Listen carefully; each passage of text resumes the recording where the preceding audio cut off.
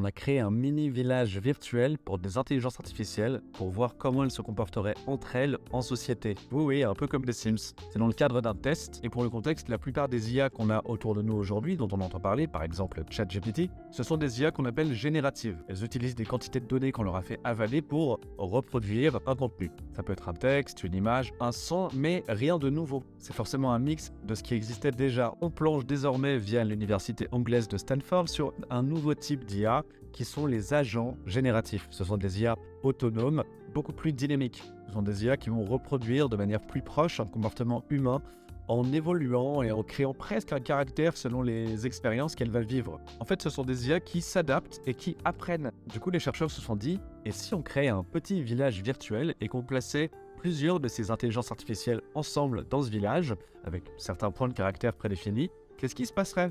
Est-ce qu'il y aurait des histoires d'amour, de mort, de revanche, de trahison comme dans la vraie vie? En fait, les auteurs voulaient mettre à l'épreuve les IA face à une simulation qui est crédible du comportement humain. Ils ont donc créé un espèce de village virtuel, un bac à sable, qu'ils ont appelé Smallville. C'est un petit village tout mignon dans lequel on trouve 25 personnages. Il y a plusieurs familles dans le village avec chaque membre qui possède sa propre petite personnalité. Alors l'expérience est accessible en ligne, je vous mettrai le lien en description, mais c'est beaucoup trop drôle. Donc on a ce petit village de Smallville avec 25 personnages différents. Par exemple, dans la famille Lynn, je cite John, qui se présente comme un pharmacien, est le premier à se réveiller à 7h. Il se brosse les dents, prend une douche, s'habille, prend son petit-déj et consulte les news sur la table à manger. C'est la personnalité de John. Quand on injecte dans la mini-société l'information comme quoi il est 7h du matin, alors on voit l'intelligence artificielle John Lynn, donc notre fameux pharmacien, se lever et partir dans ses tâches quotidiennes. On remarque aussi que son fils, Eddie, se réveille aussi puisqu'il est programmé pour se lever à la même heure. Et ils se croisent au petit déjeuner et échangent des informations.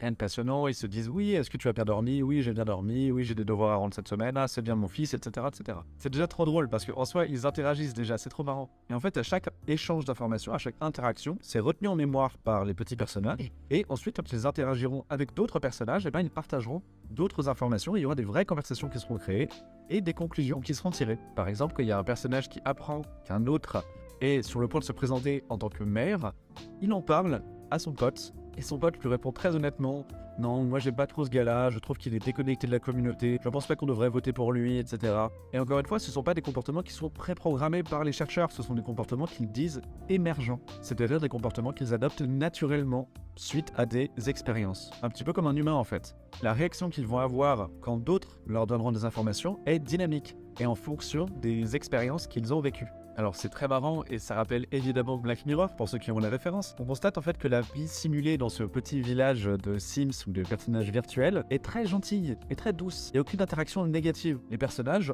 ressemblent à des humains, se comportent un peu comme des humains, vont réagir de manière assez dynamique, mais en même temps avec jamais rien de trop méchant, trop mauvais, comme s'ils n'avaient pas de sentiments négatifs. Bref, c'est pas des humains quoi. Je sais pas ce que vous en pensez, mais moi je trouve ça très drôle et très intéressant. Vous en pensez quoi ?